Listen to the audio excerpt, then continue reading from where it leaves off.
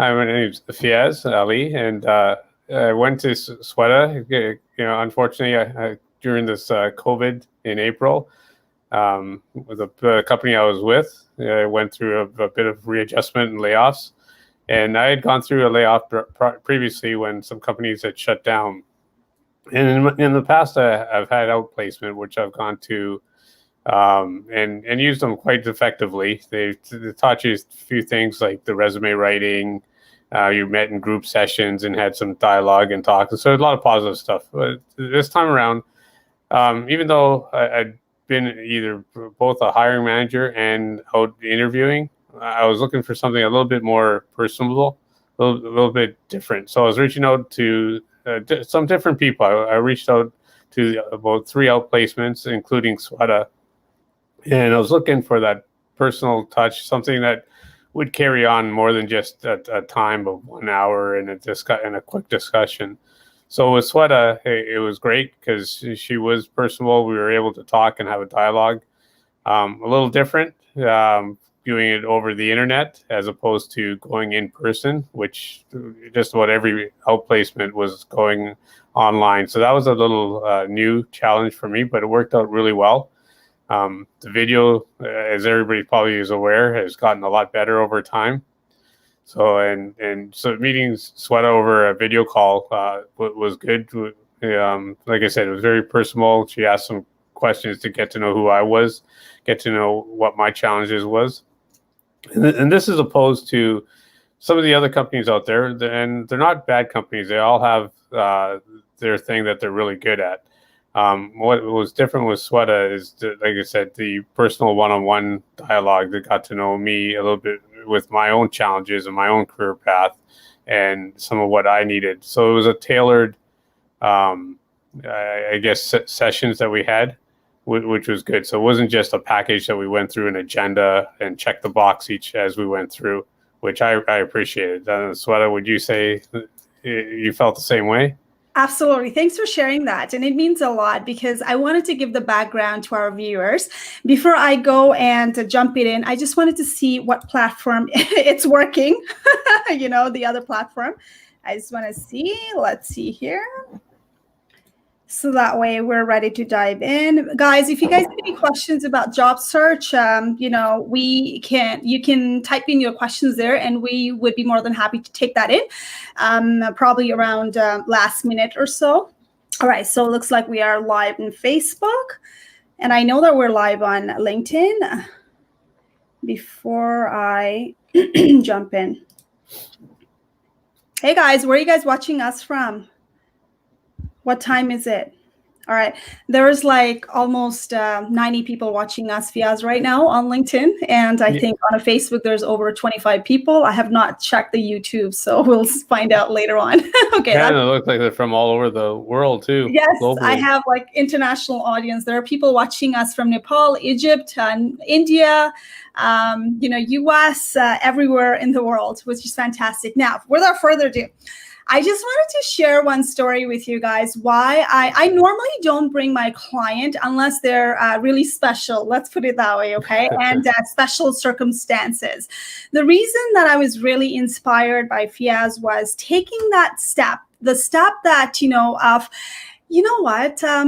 the industry has changed. The resume world has changed. And I think even though I've been in the hiring world forever in a very good companies, I really wanted to run this by someone who knows what they're doing. And he did his homework. Okay.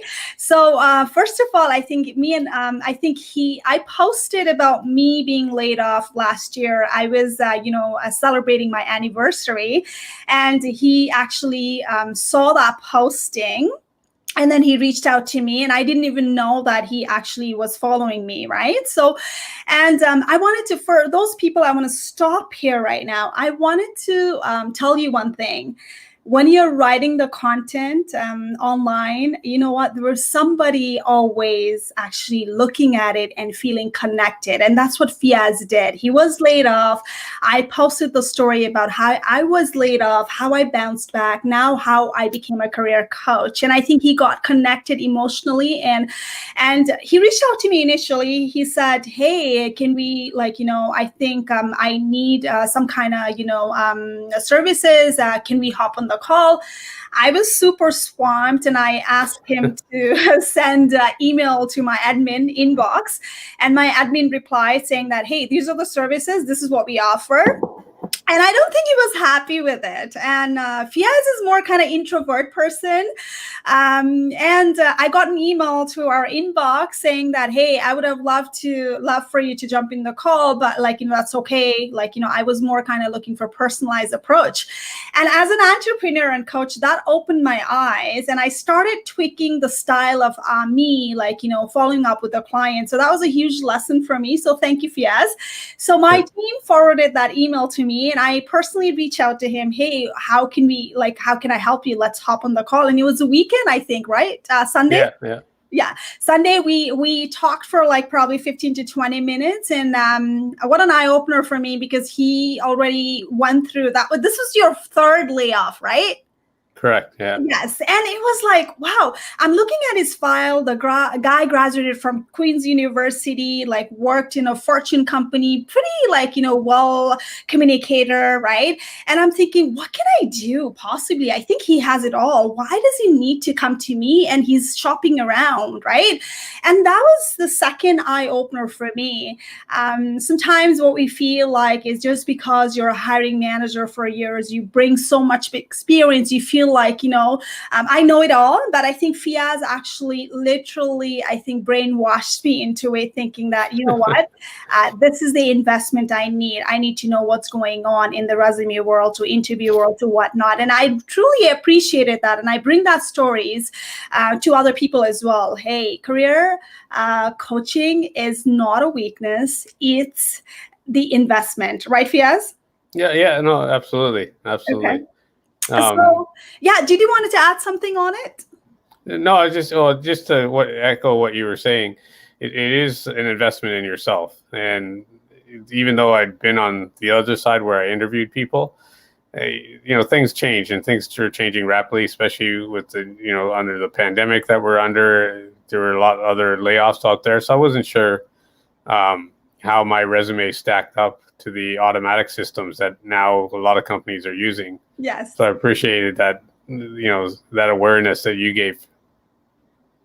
That's amazing. Let's go back now. Let's move on to our second topic now, right? So the things, what changed, Fiaz, from the days that you were hiring, tell me, let's go on to this topic of how did you used to hire in the past as a hiring manager?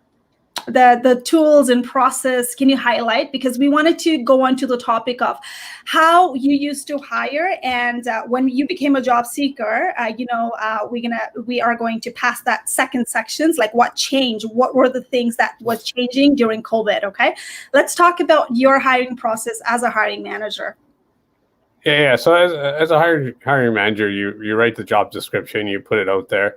And, typically you post internally, and plus you post externally, and you get a lot of resumes. Now, sometimes you get 20 or 30, something reasonable. Other times you might get hundreds. And then it's very time consuming to go through a lot. So a lot of times our HR person will purge those resumes and, give you a smaller stack to go through. Then you take those resumes and you further look through them, and whatever is catching your eye in terms of the job description, you maybe get a short list of 5, and you give it back to HR. They'll make some initial calls usually, and if the initial screening is okay, then you might pick maybe 2 or 3 of them to come in for interviews. And the interviewing process, it depends on the company, but typically you'll have a couple of people that will do an interview, maybe 2 or 3 people as a panel interview. And once that's done, you would then have a review, and based on a ranking system on what the criteria was, how they met the job description, how they meet the form and the fit and the culture of the company, you may bring one, maybe two of them back for a second interview. Sometimes it's a quick interview with you, and then maybe with your manager above you to make sure there's a fit, depending on, again, the job description that you're looking for. So I was used to that, right? I've done that, but things have changed. You got to get in the door. You got to get that first interview. So when you have 100 resumes coming, there's an initial screen process, and I found out that a lot of companies now are not even looking. There's no person looking at a resume initially. It's going through a bot on the internet, and it's filtering. So it's really important to get keywords and look at your resume in a very different light than maybe you did 3 or 4 years ago. Absolutely. Thanks for sharing that. So now let's go back to the hiring process when you were hiring manager. What was the process? Can you walk us through? Because now we're going to move on to the interview. Like, what are the interviews like out there? What kind of interviews, from technical interviews to case study to presentations and whatnot? How did you hire? Was there any HR present when you used to hire in your hiring world? Yeah, no, that's a good question. Sometimes HR would be there, and if they were present, they would typically handle a lot of the behavioral type of questions. And so there might be two of us in that room, and we'd bounce back and forth. So they would ask behavioral ones. I might ask a few technical questions. I'd also ask a few cultural type questions that see if they would fit with the team, my team, and then the broader team, because they'd have to do both. A big part, I come from a manufacturing background, and a big part of working in that engineering type role in that manufacturing is to get out to the shop floor and talk to a lot of people. And so that person in my interview, I just have to make sure they would fit in that role. Sometimes I would bring in a couple of members from my team, and they would ask a little bit more technical questions, depending again on the role.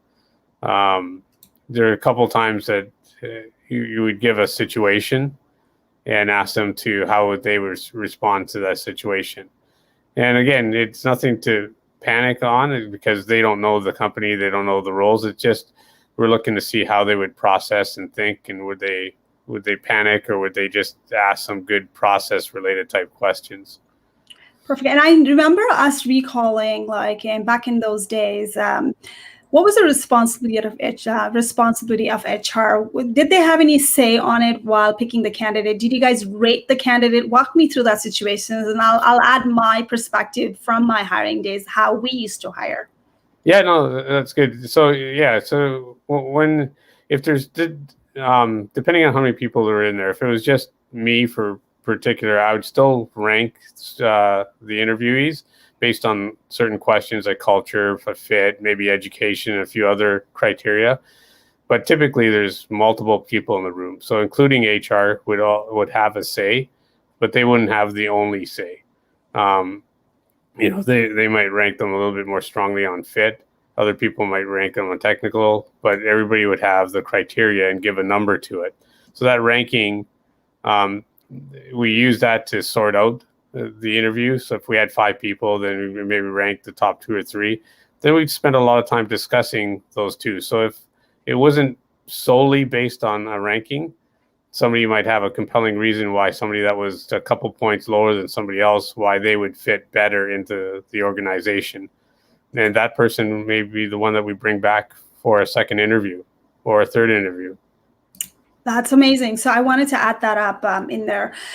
So when I was associate level, when I was not a hiring manager, whenever I used to go on interview, I used to think that HR is 100%. I have to impress HR, and if I impress HR, then I have my job. I never thought that manager had a say, but then that perspective changed when I became a hiring manager. So HR would be more there to actually guide us through, to ensure that we are following the guidelines, like what not to ask and stuff. So the way it worked was we had a framework. We were given the questions already in advance. Obviously, those are all dependent on the role itself. So if I'm hiring for my team, the questions, I could add my questions as well, and I can use the question from the HR, like, people who did the pre questions and everything was done already for all of us, right?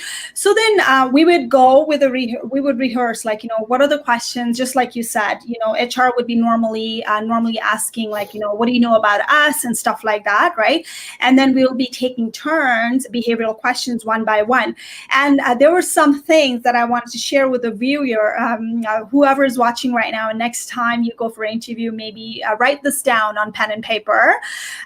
So what used to happen was, we used to have that allotted slot of 1 hour or so. And we've already decided before that, if you don't feel like it's going anywhere, and if you don't feel like it's a right fit and the interview is not going well, we will continue with it at least for 20 minutes. And one of us would be putting a pen down. And that means that, no go with this candidate. And that was a signal to one of us. And that was a takeaway for me from the hiring world. And I became a job seeker later on after I had layoff. Then I kind of started to look at the signal. So if they're actually telling you the interview is going to be for 1 hour, and then your interview is done in like 10 minutes or 20 minutes, there is something to reflect on. And I always ask client when I'm working with them, how long was the interview, and how long, what happened there, right? Was it 10 minutes, 20 minutes? And there's probably potentially the red flag on it. And if it goes over, that's very good news, because you're connected well with the hiring manager. So did you guys have anything like that? Because we used to have that. And later on, we didn't have a rating system, but we had yes, maybe, and no. So the maybe it would go on a different pile. And then just like the way that you guys did it on the technical world, we used to calibrate on it. Okay, what was your, maybe? Why do you think it's maybe? And I might have yes, right? But at the end of the day, manager had a say, because you know what? I am accountable for the person I'm going to be hiring. And if it's a bad hire, it's my responsibility to make sure that I coach them to the point that I want them to be, right? So HR technically had no say on it. I get to veto it as a manager, right? And that was a perspective that changed for me as a hiring manager. And that was most kind of like, okay, well, it goes hand in hand. HR just to go sit there and see what's going on, so they don't come back and hit us. And it needed to be documented well as well, right? Like, we have to write down the answers and everything, calibrating it. What do you think about those answers?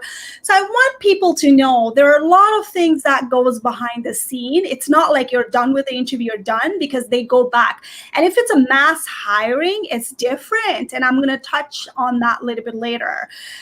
When it comes to mass hiring, it's completely different strategy. There are different people, different manager hiring for the same role for their team. And if they have yes candidate and I have maybe, I'm trying to push my candidate, I really have to make very good argument why maybe needs to be moved to yes. And then if yes people, those people who are on a yes, they're good, we're good to go with hire, they don't accept the offer, then we move on to the maybe. And that's really important for people to know, that even though you get rejected first time, but the company could call you to offer, just say, hey, we have a next role coming up, do you want to join us? And that would be pulled from the maybe. And that's exactly, I think we're connected well, because you said the same thing as well, right? It's hiring for that fit, correct, Fiaz? Yeah, no, absolutely. And sometimes you interview, as an interviewer, we would interview a candidate and they wouldn't be the right fit for the role I was hiring, but I would forward it to another manager saying, hey, this guy has a lot of good skill sets, or this person has a lot of good skill sets. You should consider them should a role come available in your department. And so they would just keep that resume on file for a certain amount of time, and then occasionally they would actually call that person. So yeah, absolutely. So you don't know exactly how you're going to impress somebody or how you're going to fit. So it's important just to be calm and answer the questions as succinctly as you can.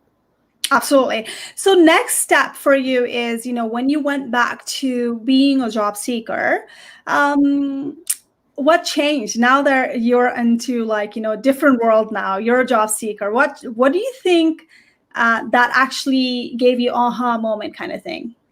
Well, the first thing as a self-reflection is not to think you know it all, because you have some tenure, you've been hiring, because now you're on the opposite side, and everything you were just looking for, you got to go in and impress somebody. But I think we talked initially too, before you even get an interview, you have to get that interview. You have to get past the bots that are out there.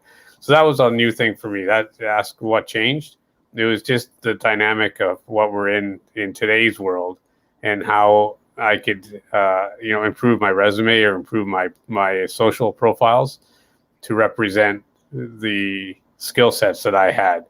And it's good to have somebody else take a look at it, because I know who I am. At least I think I know who I am. So reading my resume, reading my LinkedIn profile, maybe I'm seeing into it what I want to see into it, and it's not what somebody else is seeing into it.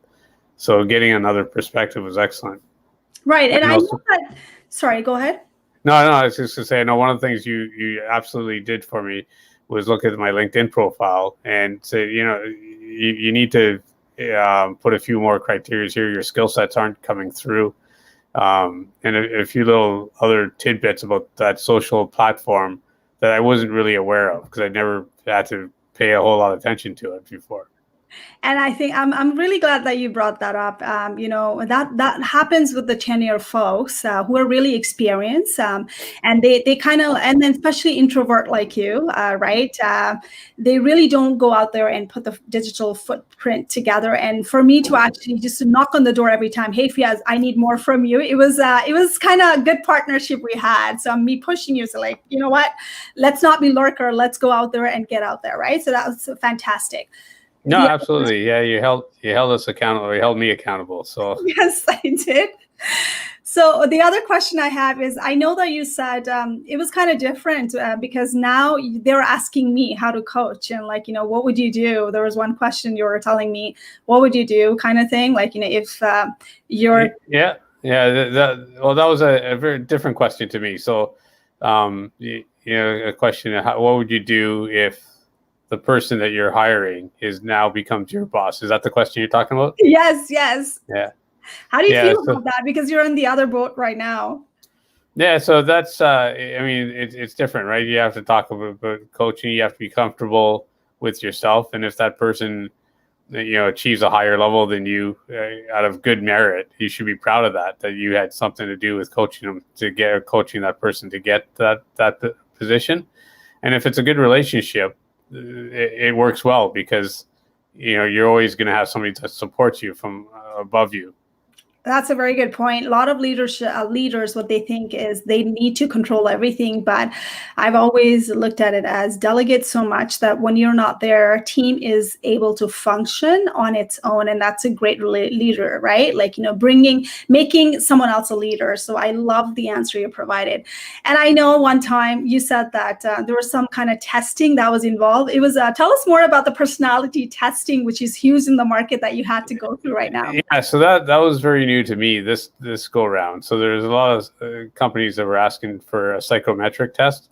So what I gather, you got to pass the bots first. So it goes through some sort of resume scanning.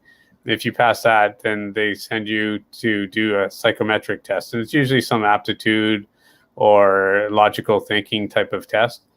So for me, when I had to do the logical reasoning test, it was different, because I hadn't done a lot of those in a long time.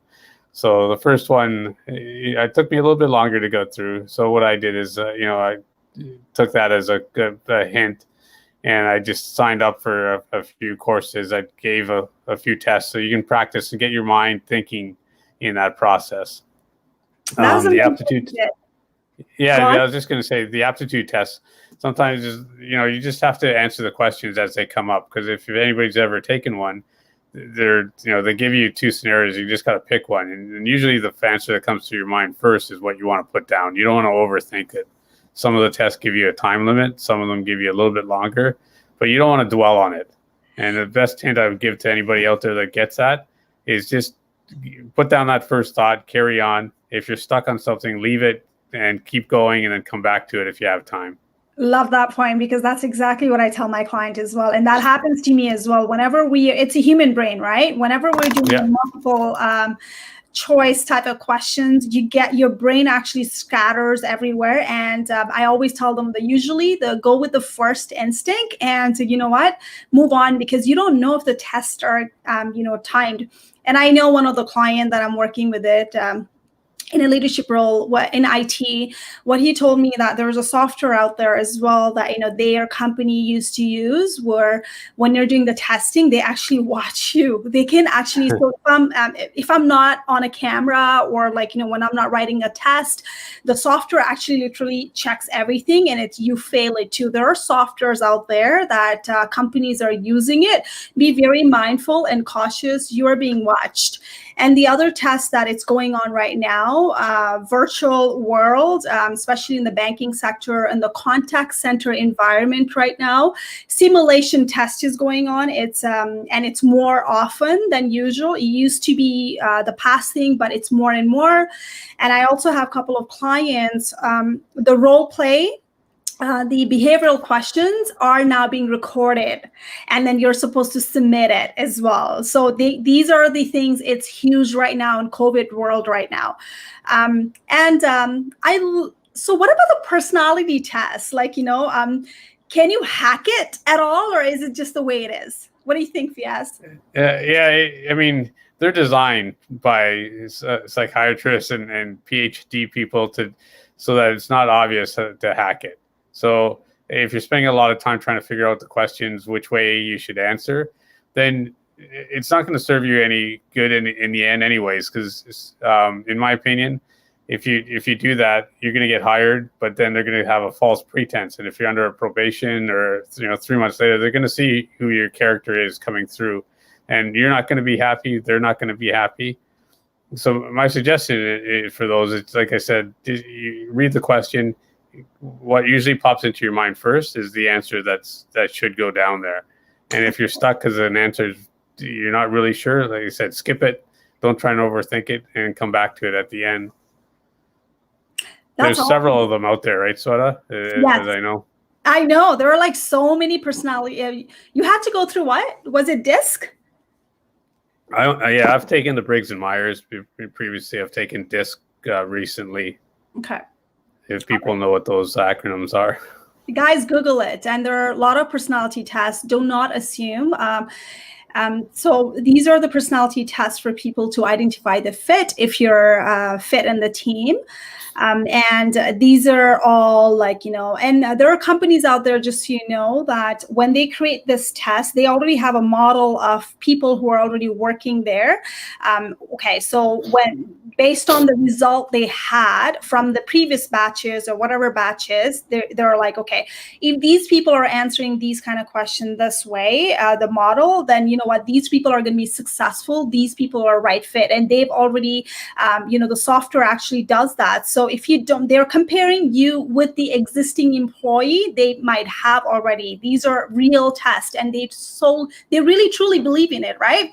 Yeah. So that's how they compare the data, right? I already have these bunch of employee, we piloted it, and if they're answering these questions correctly, in the right manner, it feels like they're a great fit and they're going to be a high performer. That's how you're being measured.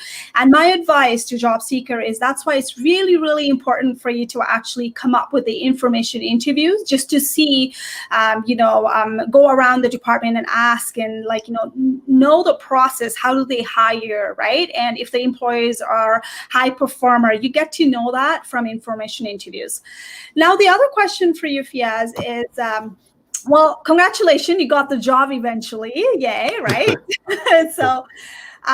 So what's next for you, Fiaz? You're working with the plans, what's next for you when it comes to leadership? Now, what are you going to do next?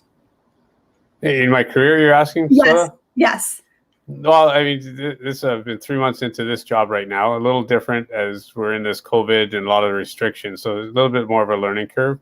but at the same time, looking, you're not settling down. I want to learn and succeed well in the position I was hired for. But at the same time, as I get to learn this company, I get to learn what other positions are out there, and I get to make connections and see what my next role could be within that same company. Then if I find something that really is something I want to go after, then, it's a lot of the same advice that you gave when you're looking for a job, you're going to do again. You're going to, try to find somebody that's in that role now and connect with them and understand what that new role is like. Who do they report to? What are they looking for? And continue your growth and your learning. Absolutely. Yeah. Something that I think is always pertinent in a newer role is to do something like a 360 type of review and just check to see with other people that are seeing you, because you're being evaluated, whether it's formally or not. And you just check with some of your colleagues, check with your manager, and have those informal discussions, so you understand, how you're doing and how I am doing. Absolutely. And I love that about you, because you had the testing done already, Gallup testing done already. You were kind of aware like what your team thinks of you. Like 360 was done already. And that was probably must have been eye opener for you as well, right? What comes in the feedback. And I tell my clients to do that as well. So was there any blind spot that you didn't see that coming and you were like, oh, I did not see that coming, but thanks. Was there anything like that? Yeah, nothing huge. I mean, a few things. It could be, I'll just give you some simple examples. It could be as simple as when we're having a one-on-one discussion and the phone rings, don't answer it, because it takes away from our discussion or the point that person is trying to make at that moment. It could be as simple as just being present for your one-on-one conversation with the employee. And, when you're on the reverse side, you really see the benefit of that, because you want to feel like you're being heard. You have 20 minutes, a half hour, maybe with your manager. You want to feel heard. So as an employee and as a manager, you're not going to agree all the time. And that's actually healthy that you have different opinions. But you want to felt that your opinion was heard, which is important for the employee. So I'm kind of giving both sides of the answer, as an employee and as a manager. That's good. That's good to have that perspective, right? Because you've lived through that of being a hiring manager, being laid off a couple of times, being very qualified worker in the industry, knows it all, and how do you bounce back? And I would say I know it all, though. That's a good thing about you. And a lot of us do not think that. We think that we know it all. And I think I had that as well when I was a hiring manager. When I got laid off, I refused to self-reflect on myself, what's not working. So, and that's the reason you're here today, Fiaz, because you're sharing the story of career coaching is not a weakness. Everybody needs a coach or mentor. You get to decide who do you partner with, whatever works, whatever works for you. And who better than sharing that story than the previous hiring manager from the Fortune 500 companies and coming here and educating people. So thank you so much for coming in. And I'm going to let you go. Do you want to add anything at all for 1 minute? Go for it. I'm going to take questions once I let you go. Yeah, no, just to emphasize a point. I mean, it doesn't matter who you are, right? Professional athletes have coaches. Tiger Woods had a coach. NBA players have coaches. So even that, when you reach that elite level, you still have executives, CEOs from companies also have a lot of coaches. Sometimes it's a life coach. Sometimes it's a professional coach in their industry. So it is a good thing just to do a self-reflection. Absolutely. And especially if you're looking for a job, right? Yes. A lot of things have changed, and even though we come from that world, you don't know the bottom line of what goes behind the scene. So thank you so much for coming in, Fiaz. You're welcome. Later, and I see a lot of questions. There are. So do you want to take anything? No, it's okay. I couldn't see them all. I just saw them as they were coming in. So let me see if there's any specific questions for you. Let's see.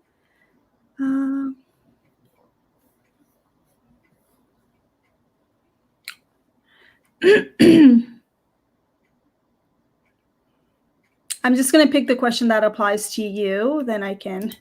No, that's okay. You can go ahead, and I'll stay on for a while. Okay. All right. So I'm just going to go and see.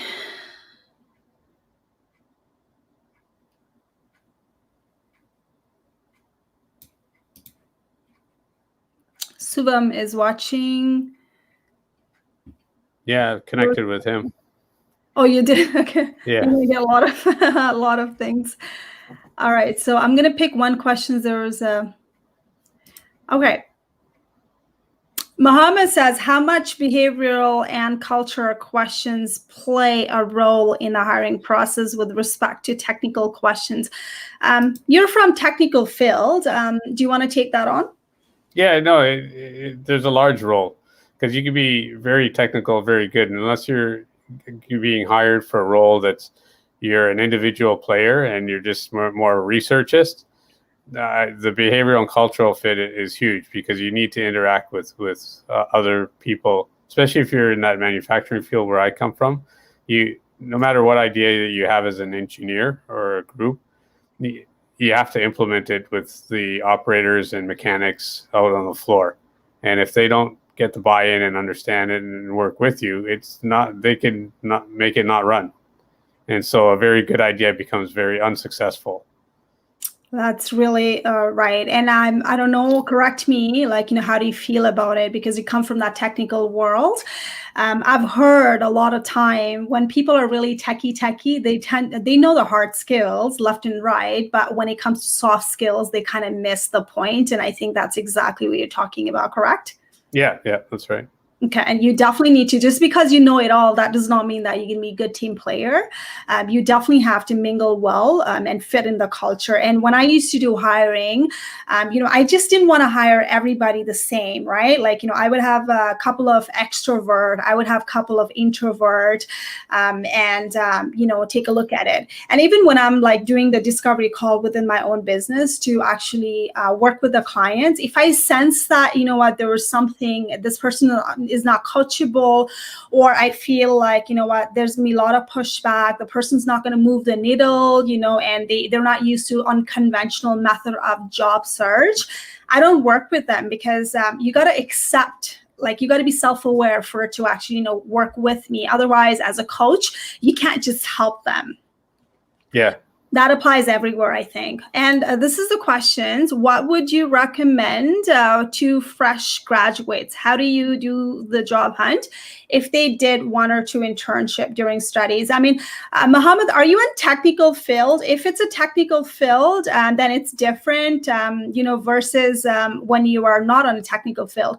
Fiaz, you were telling me something about how you guys used to use, hire in colleges. Do you want to shed the light on it? I'm trying to remember our conversations. So it was you would go for colleges, and you would look at the university student to recruit. And what exactly were you looking for when you're recruiting from the technical side? What exactly? Okay, I guess there's 2 things that I had mentioned. So one is hiring an intern for somebody for an internship. So either a 4-month intern or a 1-year internship, and that we look for skill sets that they're very capable of handling the tasks or a couple projects that we have in mind. It could be more drawing related, it could be design related, depending on the projects that we got approved to hire the internship.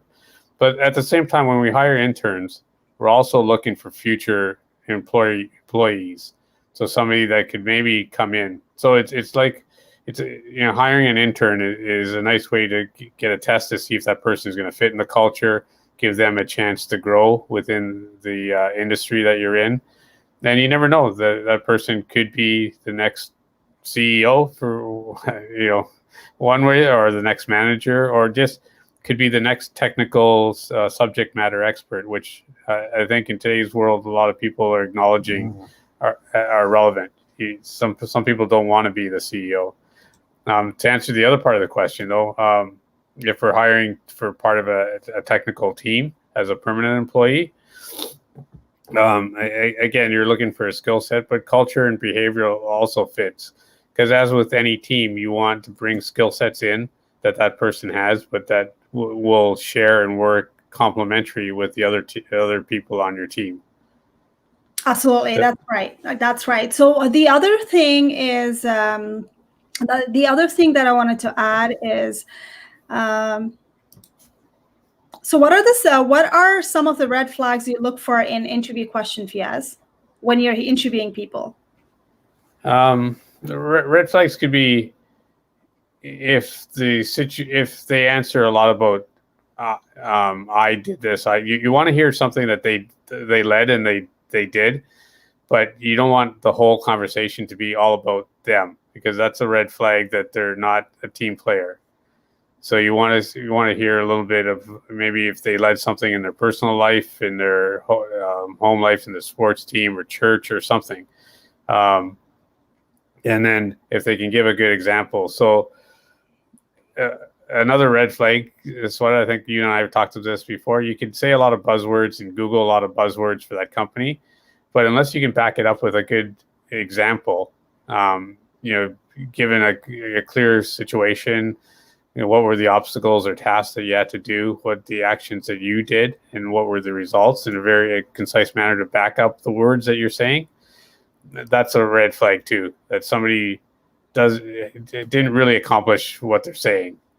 Absolutely, that's really true, and that's a huge thing, right? Like, whether you're doing technical interviews versus just the random interviews, and just a self-proclaimed thing as I'm a result-oriented versus hardworking.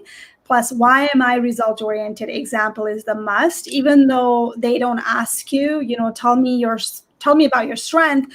You gotta put the example. By the way, what, when I did this at here, that's what it happened. The stars and car model, there are a bunch of questions, a bunch of format you go through, and you bring the valid point. Now, if I can add, Sweta, yeah, one of the things that you and I had worked on was actually hold me accountable to write down some of those situations and write down. So even though you have a lot of them in your head, especially those of you that are experienced out there's lots of examples, but sometimes you get flustered in an interview. So having write down, 4 or 5 ideas or situations and actually articulate it, read it back to yourself, helps you prep for an interview and helps you be, I think, a little bit more calm during that interview. So I thank you for that. You're welcome. And you know what? The point we're trying to make it here is just because you're from that world, the hiring world, that does not mean that you're 100% perfect. You always need the third eye to check on it to make it even better, right? It's not a weakness, to make it better, to communicate well enough so that way when you're going through the different phase, then you get that done, you nail it. So other than that, guys, I just want to wrap up this sessions. I have a hard stop, and Nagoswar, thank you for watching us. Anybody who wants to actually work with me, I am accepting the application for February for one size does not fit all. And the reason one size doesn't fit all is I do personalized and customized sessions. And it's a job search strategy where I work with you closely based on your industry. It's all customized, one-to-one, live, and person like Fiaz, where he literally went through so much, into more details, where he had coaches before, has taken these courses as well, and found it very helpful for him. So this speaks the volume of why the coaches are really, really needed out there. And I wish we had more coaches for job seekers. And if you want to sign up with me, I'm taking applications, and prices are going to go up soon. If you want to reserve your spot, you can send me the message. I have open message, and we'll see if we can take you in. You have to pre-qualify with me. I don't work with the masses. I just work with the limited people because I'm constantly available for their support. If you have any questions, you can definitely reach out to me. Anything to add after that, Fiaz, and before we wrap up today? No, that's it. Thanks. I appreciate appreciate that being a guest appearance on your broadcast. Well, thank you so much. Hopefully some of the insights are positive, resonate with some of the folks out there. Thank you so much for educating all of us, and including the job seekers out there who are delaying the coaching and who are, second guessing, is the coaching and consulting important for their career? And thank you for educating them. It's not a weakness. it's an investment, and everyone needed coaches around the world for themselves, whatever they're doing. And so viewers, thank you so much for watching us and provide me the feedback.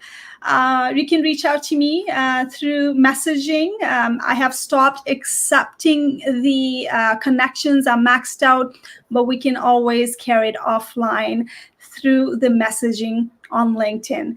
And subscribe to our channel, Teach and Do. On YouTube, we bring so much varieties of free career coaching advice. And, any feedback, reach out to me directly. Thank you so much for watching, guys, and have yourself a fantastic weekend. Bye-bye. Yes, bye. Fiaz, you can stay there. I'll talk.